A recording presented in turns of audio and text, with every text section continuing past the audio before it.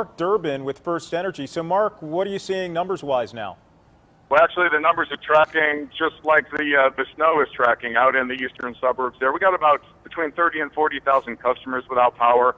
The key issue with that is that with the snow on the ground and the leaves and the trees and all that, when kids are out walking to school or if you're out walking the dog, please be aware of down power lines. And if you see them, call us. We'll get those taken care of. They're a priority for us. So it's never a bad idea with that safety message as we head into winter, a little early, I guess, just to remind people what to do. If they see a down power line, obviously stay away, call us, we'll get it taken care of.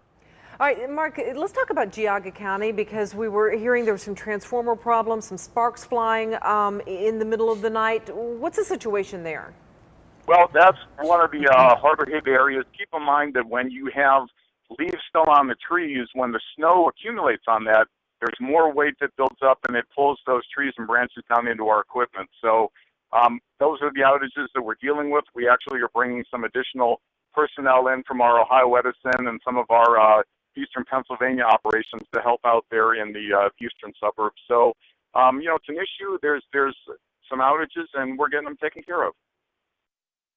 Mark, can you hear me? Okay, yeah. Yeah. Hey, real quickly, also, the winter is coming. December 21st is when it actually starts.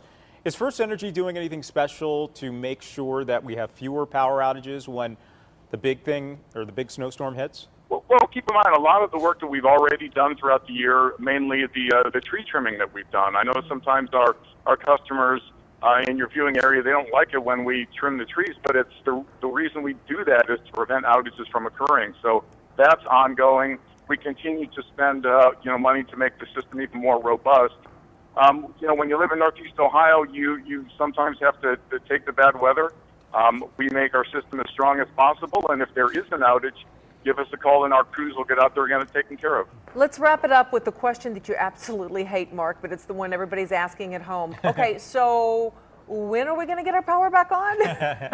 Well, the key is the weather. If the sun comes out and melts a lot of that stuff off, everybody's in a better spot. But if it continues to be a problem throughout the day, we could be in a mode where for every outage we bring on, another tree comes down and causes more problems. So we're hopeful to get everybody back on as quick as possible, but it's looking like it could be several days, depending on the damage, before everybody's back on. Oh, no. All right. Hopefully they'll have hotels. Well, again, that's the worst-case scenario. Okay. You always have the worst-case scenario. So. All right. That's a smart way to go about it, Mark. We know you are so busy. Yeah, thanks so much for joining us. Mark Durbin with FirstEnergy.